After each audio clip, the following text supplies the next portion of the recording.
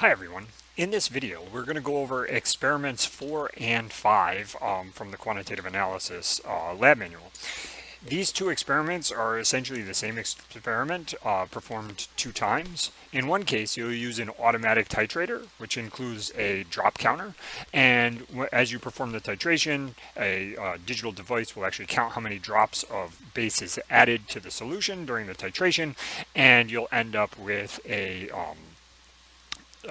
potentiometric titration that looks essentially like what you see here.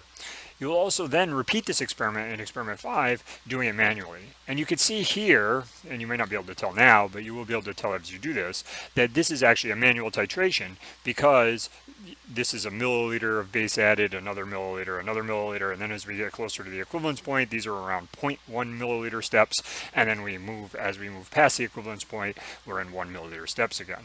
When you do the automatic titration, you're going to add about 0.04, somewhere in that ballpark, milliliters with every drop. So in that case, you'll have a lot more data points. So Tim and I are going to go through this and give you an idea of what's going on. Now, as in previous lectures, we've basically used a different example, so we're going to do the same thing here. In the actual lab experiment, you are going to titrate phosphoric acid. Phosphoric acid has 2 acidic protons, so it's H3PO4. The first one can come off, and the second one can come off. So you're actually going to get 2 equivalence points. Although it's possible for the third proton to come off of phosphoric acid, sodium hydroxide or aqueous solution, however you want to say it, isn't going to be basic enough in order to allow that to happen. So you're going to look at the first 2 equivalence points when titrating phosphoric acid. In our case, we're titrating acetic acid as found in vinegar, and acetic acid only has 1 equivalence point because it has only 1 acidic proton. So here is the reaction that we're actually performing here. We have CH3COOH, a carboxylic acid, acetic acid found in vinegar, which has 1 acidic proton. We're going to react it with sodium hydroxide. The H and the OH come together to form water, and we end up with CH3COO-, and then Na+ is just the counterion. So this is the titration that we're going to do. And what we need to realize is some information that we learned in a previous experiment. So in a previous experiment, we learned that if we have a weak acid, and acetic acid is a weak acid, and its conjugate base in solution, we have a buffer. So we're essentially having a buffer region here because we have acetic acid and sodium acetate in solution. And this basically works in that way. We can also learn from this that when we reach the equivalence point, this is when the moles of acetic acid and the moles of sodium hydroxide are equivalent. If we go to half of that equivalence point, we could find the pH equals the pKa. So once we find the equivalence point, we simply divide that equivalence point in volume of NaOH by 2, so it's around 6.5. If we go to around 3.75, we find the pH equals the pKa. So in this case, a little under 5. The reason for that is the Henderson-Hasselbalch equation. In the Henderson-Hasselbalch equation, if you'll recall from the previous experiment, when A- and HA are equal, or said another way, half of the equivalence point, because the concentration of CH3COO- is equal to the acetic acid concentration at half of the equivalence point, this relationship becomes 1. The log of 1 is 0, so the pH equals the pKa. So by performing this potentiometric titration, we can not only calculate the concentration of acetic acid, if we know the concentration of sodium hydroxide, but we can also determine the experimental pKa of acetic acid. So as we saw a second ago, determining the experimental pKa of the acetic acid is relatively straightforward. You simply find the equivalence point, go to half of it, and the pH at that point is going to be equal to pKa. However, determining the concentration of acetic acid is somewhat more challenging to do and requires several steps. So many of these steps you have performed before in this lab course, and certainly in general chemistry if you took it here. So I'm going to go through the calculations relatively quickly. In a couple of minutes, Tim is going to show you how to set up an Excel file where you can actually do these calculations kind of on the fly based on the experimental values that you determine. And I would suggest doing it that way. However, I do want to quickly go through the calculations here. So the first thing is you're going to have to make 500 milliliters of around 0.1 molar NaOH. And the TA can assign an exact concentration for you to make, but it's going to be somewhere around 0.1 molar. And you're going to start from solid sodium hydroxide pellets. Now, it's very important to note that when you make this sodium hydroxide solution, you're going to use this solution for 2 weeks. So you're going to use it for the first week when you do experiment 4 and the second week when you do experiment 5. This is going to be the only sodium hydroxide solution in existence of this exact concentration. So it's very important that you don't pour it out, you don't spill it, all this kind of stuff, because you need to be careful with it, especially after you've standardized it. Once you've standardized it and you know its exact concentration, you need to know that for all the calculations moving forward. So be careful with it. So the first thing we want to do is make 500 milliliters of the 0.1 molar NaOH. So our plan of attack is to convert from liters of NaOH, 0.5 liters, to moles of NaOH. We know it's got to be about 0.1 molar, so 0.1 moles per liter, to grams of NaOH. The molar mass of NaOH is 40 grams per mole, and we find that you need 2 grams of sodium hydroxide to do this. So you could go into the lab, tear your volumetric flask, add 2 grams of sodium hydroxide, and fill to the calibration line with water. Make sure you dissolve the solid sodium hydroxide before you fill it up to the calibration line. Said another way, add about the volumetric flask, about half full with water, shake it, get the NaOH to dissolve, and then fill to the calibration line. After you've made the NaOH solution, it's time to standardize the NaOH solution. And we're going to do that with about 0.2 grams of KHP, which stands for potassium hydrogen phthalate. And this is potassium hydrogen phthalate. You'll notice that this is a diacid, a diorganic acid, where one of them is already ionic. Why is this important? Well, if this was just a diacid, it wouldn't be very soluble in water. But when you have one of these being ionic, now it dissolves in water. And it turns out that KHP is relatively inexpensive and relatively easy to purify, so it's commonly used as for standardization. That being said, you can measure its mass, so you can know the mass of KHP to 4 significant digits, and you can get a good number of significant digits in the molarity of your NaOH. So you're going to do these titrations in triplicate to standardize the NaOH with KHP 3 times by hand. So traditionally, just how you've done it before in previous courses, you're going to add around 0.2 grams of KHP. You're going to add some water to dissolve the KHP, and you're going to add phenolphthalein indicator, which turns pink at the approximate equivalence point for KHP and NaOH. So that's basically how you're going to do the titration in triplicate. It's very important that when you do this in triplicate, you have a low relative standard deviation. You want to have it 25 or less because you're going to use this moving forward. If you have a bad titration during the standardization, it's very important to redo that titration. So that's basically how it's going to work. So here, you're going to have some information. You're going to get around 0.2 grams of KHP, and you're going to measure it to 4 decimal places. In my case, we use 0.1932 grams of KHP. You're going to then convert grams of KHP to moles of KHP using the molar mass, 204.22 grams of KHP per mole. Then using the balanced chemical equation, it's still just one of these for every 1 NaOH, so it's 1-to-1 stoichiometry. And then finally, you're going to want to divide the moles of NaOH by the volume of NaOH in liters to find its exact concentration. Now, if you recall, we set out to make 0.1 molar. We only made 0.09239 molar. This is totally fine, but it's very important that we know to 4 decimal places, 4 significant figures, what the exact concentration of our sodium hydroxide solution is. That's what the purpose of the standardization is, which again, you're going to do in triplicate by hand using phenolphthalein and burettes and that kind of stuff. So you're going to repeat this 3 times, calculate the average molarity, standard deviation, and RSD, comment on the precision. If your results are not that precise, do another titration. Make sure you have a precise molarity. Now that we've determined the exact molarity of NaOH, we can then use it to do the potentiometric titration of, in our case, acetic acid, in your case, phosphoric acid.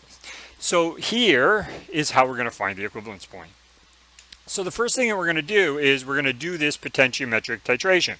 And you'll notice again, this is by hand because it's every milliliter. You're going to have a lot more data points if you do it with the automatic titrator. Note that even by hand, when we get close to the equivalence point, we don't do a whole milliliter, we do a tenth of a milliliter because the pH is changing substantially with each addition.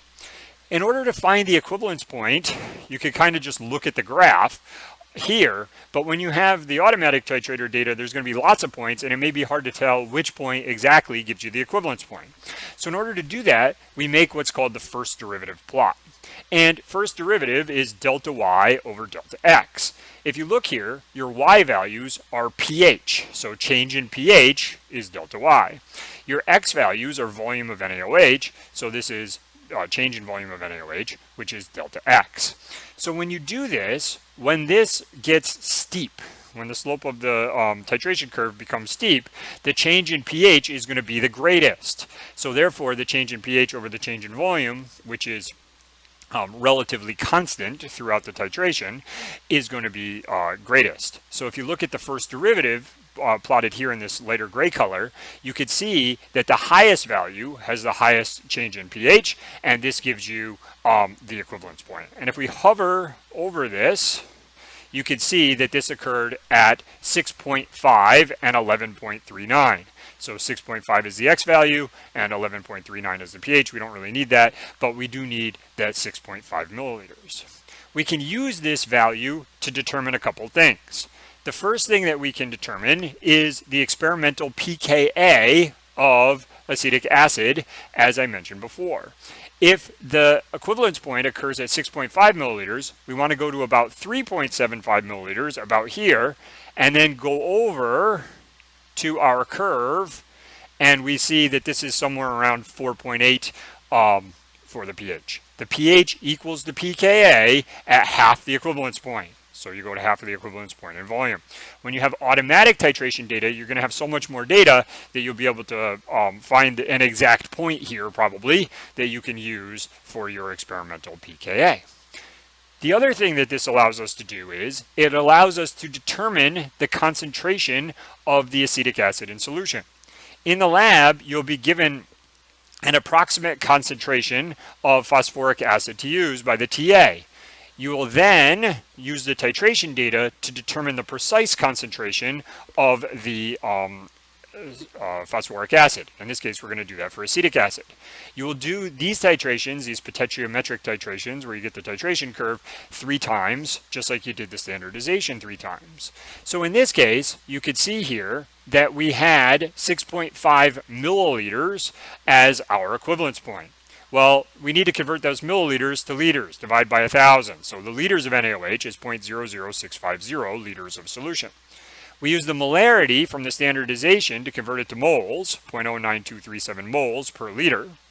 The balanced chemical equation, 1 acetic acid for 1 mole of NaOH, to convert to moles of acetic acid, and then we divide by the volume of acetic acid in liters, and in this case, we titrated 5 milliliters. You are also going to titrate 5 milliliters using a pipette of your phosphoric acid solution.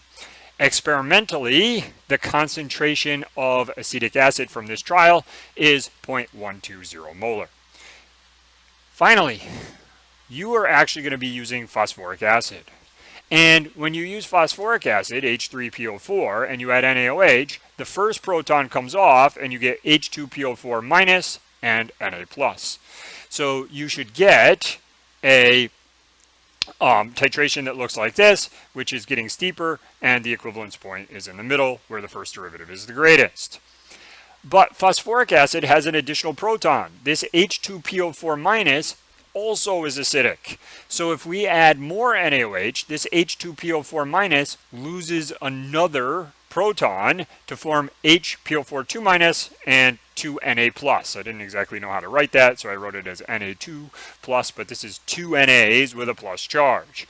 So the second proton will come off. So if we were to look at this, this should get kind of flat for a while, and then it should get steep again, and then it should get flat for a while again as you have just sodium hydroxide in solution. So this is basically what we're going to see. The final thing to remember is that sodium hydroxide isn't a strong enough base to completely remove the third proton from phosphoric acid. So there's no sense to try to get that third equivalence point. Said another way, once you get past the second equivalence point, which would be somewhere in this area if we were to keep drawing this, go until it flattens out a little bit, and then you can stop. So you can see here, we went through the buffering region. We went to the equivalence point where they were both equal. Then the pH went up sharply as the solution becomes saturated with sodium hydroxide, and then this is going to flatten off again because we just have sodium hydroxide in solution.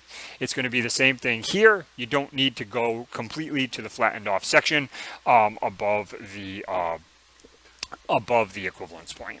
So I hope this gives you a general idea of what you're trying to accomplish in this experiment. And now I'm going to turn it over to Tim, who's going to look at some of the Excel things as well as some of the practical things that need to be done in order to complete this experiment using both the automatic titrator and manually.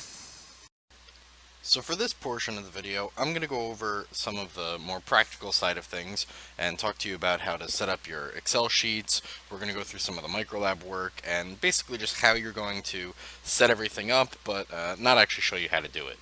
So first, I have an Excel sheet set up for my standardization of my NaOH, because that's the first thing we're going to do in lab. Now you'll notice that I already entered in my target NaOH concentration, 0.1 molar, and then I had Excel doing the math of the 0.5 liters of solution that I wanted times the concentration times the molar mass of NaOH, calculate exactly how many grams of NaOH that I would need in my 500 milliliter solution in order to make my 0.1 molar NaOH. So you can see here that it calculated for me, just like Colin said before, that we would need 2 grams. Next, we're going to need to do our actual standardization. Now you'll notice I have a lot of things filled in this little chart already. There's some zeros, there's some errors, a bunch of different things that are already filled out. And I would strongly recommend you have all of that filled out ahead of time as well. When we're doing the titrations, we should theoretically be able to do all 3 titrations in a single filling of the burette. So my initial reading for my second trial is going to be equal to my final reading of the trial before it. And the same thing for trial 3, it's equal to the final reading of trial 2. It's not saving you a ton of time to set that up ahead of time, but every minute that you save up does add up, and doing all of this combined can save you 5 to 10 minutes in lab, which is more time to work on anything that might go wrong. In the moles of NaOH, I already have calculated converting from the grams of KHP to moles of KHP, and then because the stoichiometric ratio between KHP and NaOH is 1, I skipped multiplying by 1 over 1 here to calculate the moles of NaOH. So my moles of NaOH will be calculated as soon as I enter in my grams of KHP. My concentration of NaOH is also already ready to be calculated. It's already taking the moles in this cell, and it's dividing by the change in volume divided by 1,000. We need to divide by 1,000 so that we can change from milliliters to liters, because molarity, of course, needs to be moles per liter. So these values are in milliliters, so I subtract them and convert to liters. Then I do moles divided by the number of liters, and it'll calculate the concentration for me. Once I had it entered here, I just dragged it over, so each of these 3 cells is ready to calculate the concentration for me. I've even already entered in my average, my standard deviation, and my RSD formulas, so that all of those things will be calculated on the fly as I enter in my values. So let's say theoretically that for my first trial, I had 0.1932 grams of KHP. For my second trial, I had 0.2143 grams of KHP. And for my third trial, I had 0.2067 grams of KHP. Now, it's important that when you do this part of the experiment that you label each of your flasks if you're going to do them, do all of your massing simultaneously, so that you know which flask contains 0.19 grams, which flask contains 0.21, and so on. If you're titrating this but you think it has 0.19 grams in it, you're going to get an incorrect value. So let's say that I started my burette at 2.35 milliliters. That was the initial reading of the burette when I filled it with my NaOH. And let's say that we went all the way up to 12.59 milliliters. Now you'll see that it's already immediately calculated my concentration of NaOH for me. That's very helpful. I don't have to do any of the math, it's already ready, and it already told me that on my first trial I found the concentration of NaOH to be 0.092387.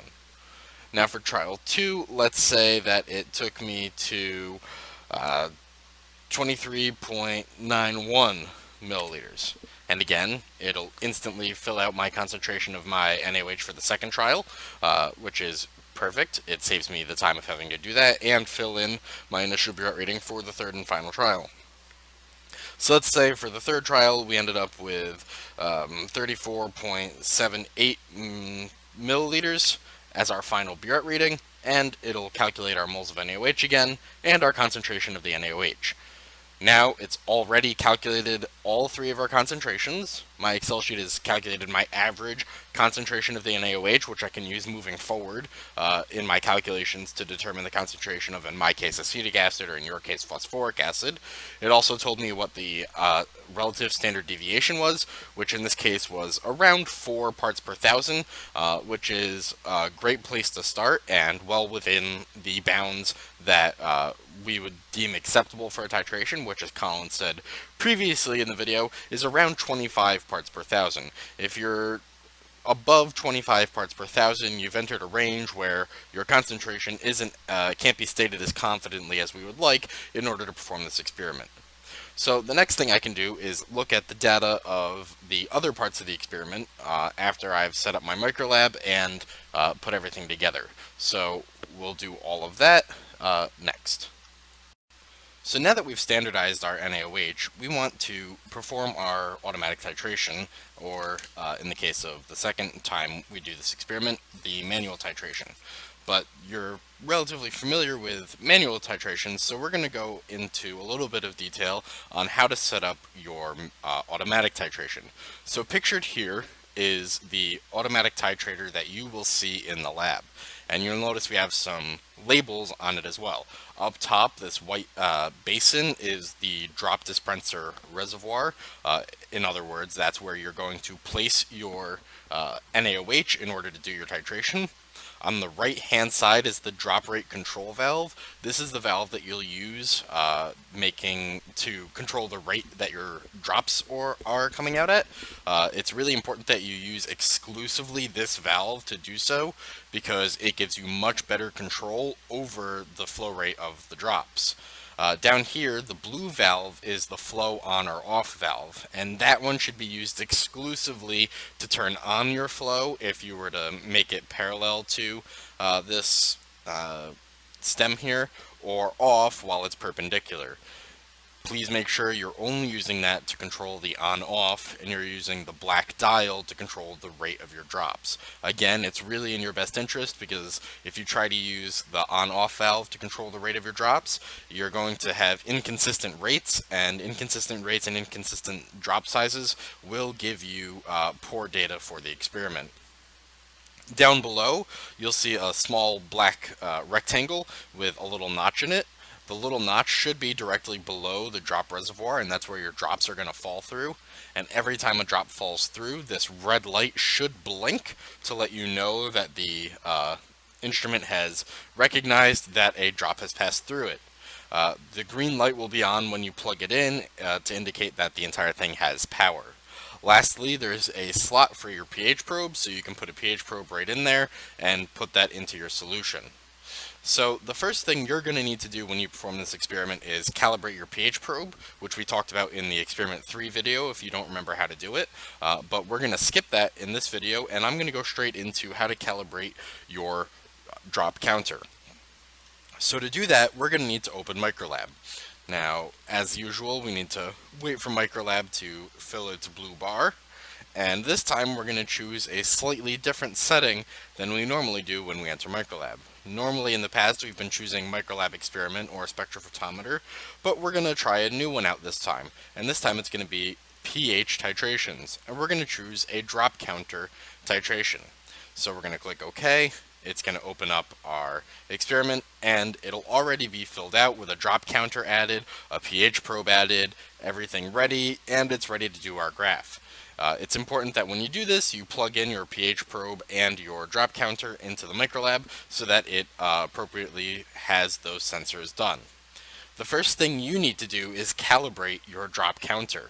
So the first thing you want to do is you want to mess with the drop counter's flow rate control valve right here until you get a flow rate that is about 1 milliliter per minute. You want to make sure that you set this flow rate using your NaOH solution. Sorry, not 1 drop per minute, 1 drop per second.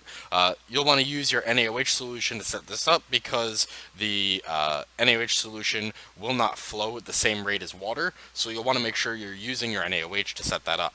Once you have a drop rate of about 1 per second, and it's not important that you have exactly 1 per second, it's just a good baseline to aim for while you're setting this up. Once you have that set up, now you need to figure out the volume of each of your drops. So to do that, you're going to turn off your flow valve for a moment while you place a graduated cylinder underneath your automatic titrator. And when you turn it back on, you're going to click Start on the Microlab. When you click Start on the Microlab and you open up the flow valve, which I'm doing now off camera, you can't see, I have now opened it, you'll see that this drop counter is, oh, sorry, I'm a little off on my thing. So you can see that my drop counter is now starting to go up. And as my drop counter goes up, it will be filling that graduated cylinder. As the graduated cylinder fills, we know the total volume of the graduated cylinder, and we'll be able to calculate the volume of each of these drops. So what you want to do in the lab is you want to wait for that graduated cylinder to fill to about 7 milliliters, which means you want the bottom of the meniscus at that 7 milliliter mark. And once you do that, you can determine the volume of each of your drops. To do that, you're just going to divide the volume, 7 milliliters, by the number of drops, and calculate the volume of each of your drops. Once you've done that, which I'm going to shortcut doing through here, you're going to be able to enter that value into the Microlab so that it can directly display for you volume instead of drops. So to do that, you're going to need to click on Add Formula, and it's going to pull up this little screen here. You'll want to click on volume drops count. So now it says f of x is equal to volume drops count. Essentially what that means is how many drops you've counted. You're going to want to click on multiply, and you're going to want to enter in by hand on this numeric keypad the volume of each of those drops. In my case, I got a volume of each drop to be about 0.035 milliliters, so I want to type in 0.035 milliliters. I want to enter in a label for my axis, which I'm going to call it volume in milliliters. And lastly, it wants units, so we're going to type in milliliters a second time. Now we'll click OK, and it'll add a formula to my data sources and variables section, which I can now take and drag to a couple of different places. So if I bring it over here to the volume in milliliters on my x-axis, now instead of graphing volume in milliliters, it will start to graph the volume in milliliters instead of the drops counted. So that will make our data manipulation easier moving forward. Additionally, we want to take it and drag it down to our C column so that we also can export the volume data directly to Excel.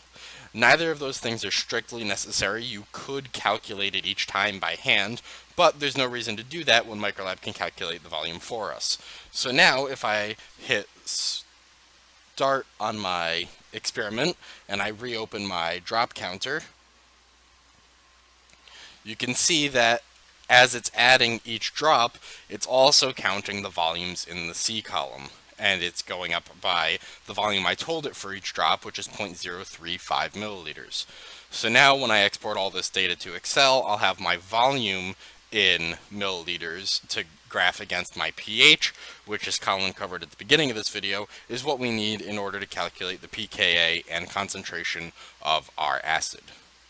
Next, we're going to go through some of the actual data that we have for this lab and show you how we can interpret that data to find the information we're looking for. So now I've exported my volume and pH data to Excel. I want to graph it all and calculate my concentration of my acetic acid as well as what the pKa is of my acetic acid. So to do that, I'm going to need to do a few calculations. The first thing I can do right away, which is simple enough, is I can calculate, or I can graph, my volume versus my pH. So I can go up to Insert, choose to insert a graph, put in a scatter plot, which I'm going to drag back up to the top rather slowly. We're going to copy and paste it, in fact, in order to save some time. So now I have my graph of my pH versus my volume.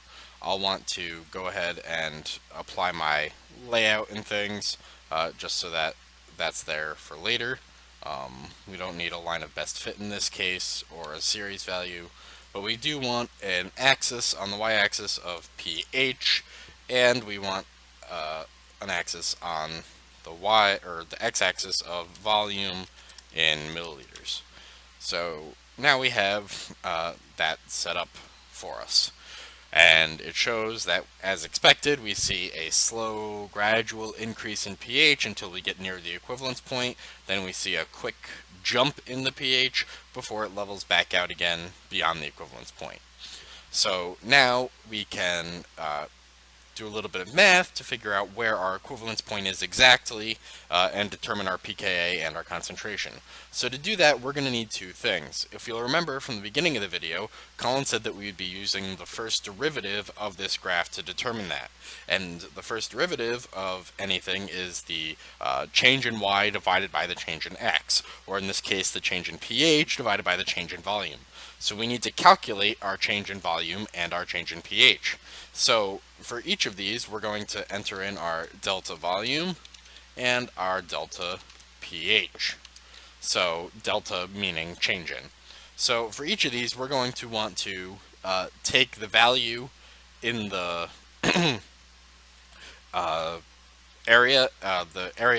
the value entered into our cell and subtract the previous number. Now we could do that for the volumes, however we know that each of the volumes is exactly a 0.0353 milliliter drop, so we can actually just enter in 0.0353 and drag that down for each of them. We don't have to calculate that, and you'll see it is 0.0353. Or if we wanted to, we could take each cell and enter it and subtract the cell before it, and again we get 0.0353. It doesn't matter which way we do it for the volume because it's the same in each one, because each of these is a single drop of equivalent volume thanks to our automatic titrator. Next, we will need to calculate our change in pH. That is not going to be a constant value, so we do need to use Excel to calculate it. So in order to do that, we're going to take our value in our pH of that cell, and we're going to subtract the value in the pH of the cell above it. Now once we've entered it in for one cell, if we drag down, which I'll do a little bit here, you can see that each of these is automatically updating the cell selections so that it's always updating to be the cell adjacent to it minus the cell above it. So now I'm going to go ahead and take this and drag it all the way down to the bottom so that we have all of our data points. Now we have a change in our volume and our change in our pH. So now we can create a third column, which is our delta pH divided by our delta volume. So that will be our derivative, our change in y over our change in x. So this will simply be our change in y, our delta pH, divided by our change in volume.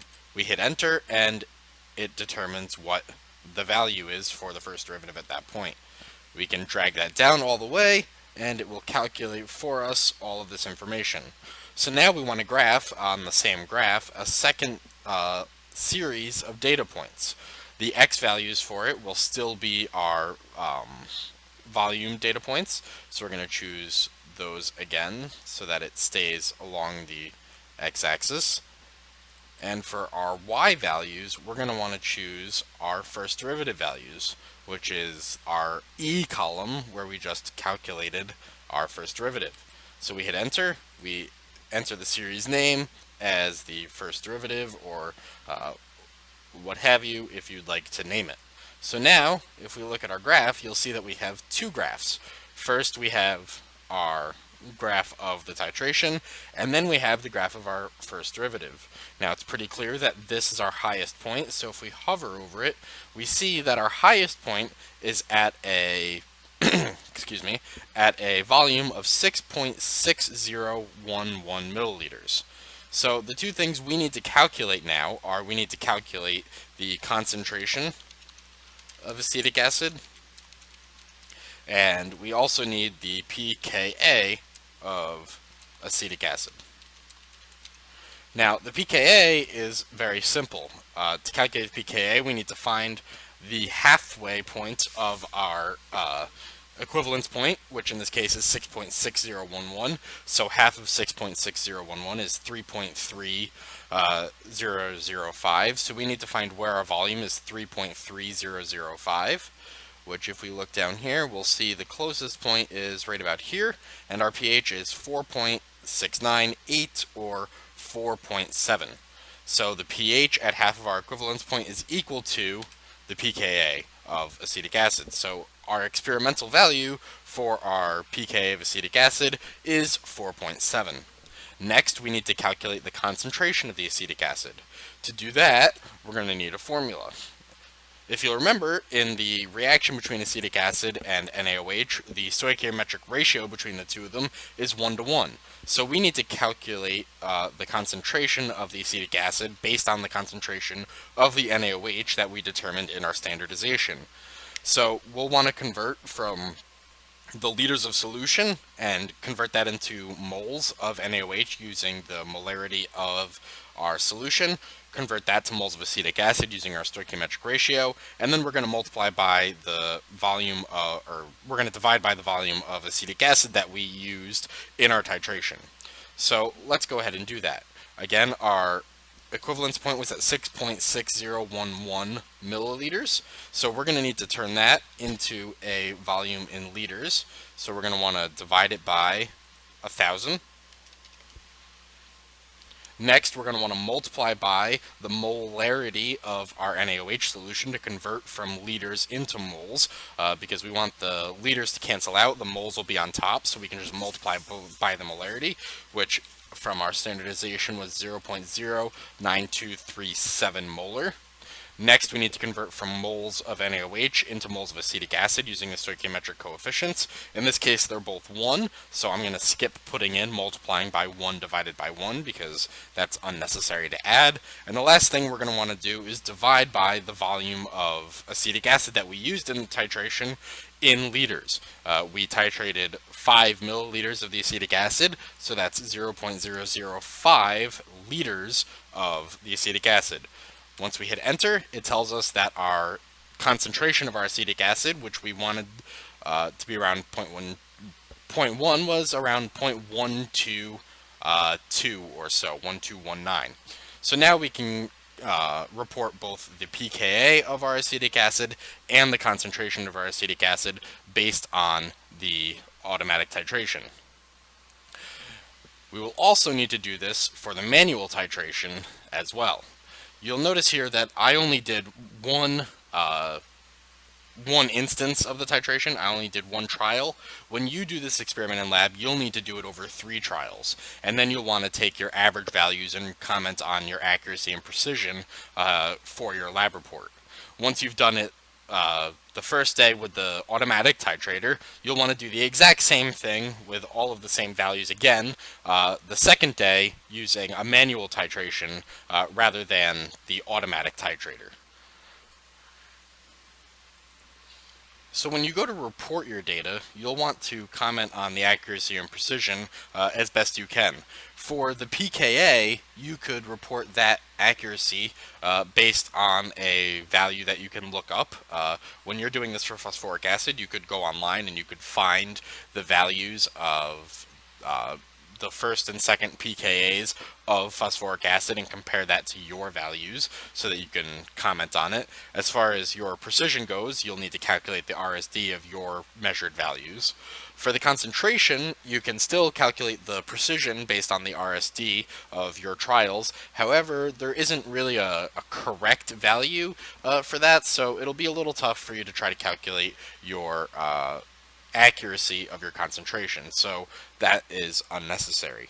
It is also important to notice that while I did this demonstration using acetic acid, which only has one equivalence point, when you do this experiment with phosphoric acid, it's important to remember you'll have 2 equivalence points. That means for each of your 3 trials, both for the automatic and the manual titration, you'll have 2 equivalence points, and for each of those 2 equivalence points, you can calculate your concentrations and your pKa's in all 6 instances. So that's 2 per each of your 3 trials for both the manual titration and the automatic titrator.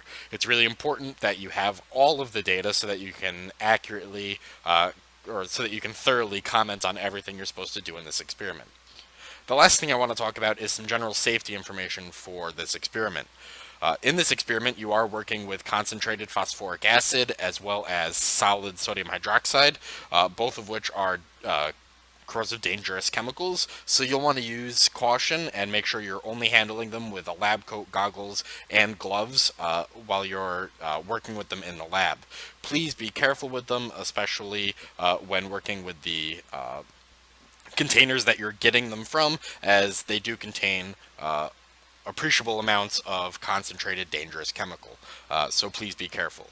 Additionally, when working with the burettes in the manual titration and the drop counter in the automatic titration, it's important that you thoroughly clean each of these things. You'll be filling the burette and the automatic titrator with NaOH, which, while NaOH is your solution is a liquid, if you leave NaOH in the burette or in the automatic titrator, when the water evaporates, because it will evaporate, it'll leave behind solid NaOH in the titrator or the burette, which can clog them very easily and make them impossible to use for students in the future, which you wouldn't like and I wouldn't like, so let's do the courteous thing and make sure we're cleaning all of our glassware and our automatic titrator as thoroughly as possible before leaving the experiment. The last thing I want to talk about is something that we've brought up before while discussing these experiments, and that's the efficiency with which you're performing these experiments. While you could both work together to try to calibrate the pH, the automatic titrator, and you could both work together to make your solutions, it doesn't really make any sense to do it that way. One of you is able to make the solutions while the other one works on calibrating the pH meter, or one of you can be setting up your Excel sheet while the other one is getting your solution of NaOH ready. One of you can be making your solution of NaOH while the other one is getting your KHP ready for your standardizations. Essentially what I'm trying to say is you can split the workload so that each of you is working on something different that is progressing your work on the experiment so that you're being more efficient in your use of time. If you both do everything together, you could run into a problem where you don't have enough time to perform everything in the experiment. You have to remember that for the first experiment with the automatic titrator, during that lab period, you're going to need to make a NaOH solution, make some measurements of KHP, perform 3 standardizations, calibrate the pH meter, calibrate the automatic titrator, and perform 3 titrations, as well as do some math in Excel. That's a lot of things that need to be done.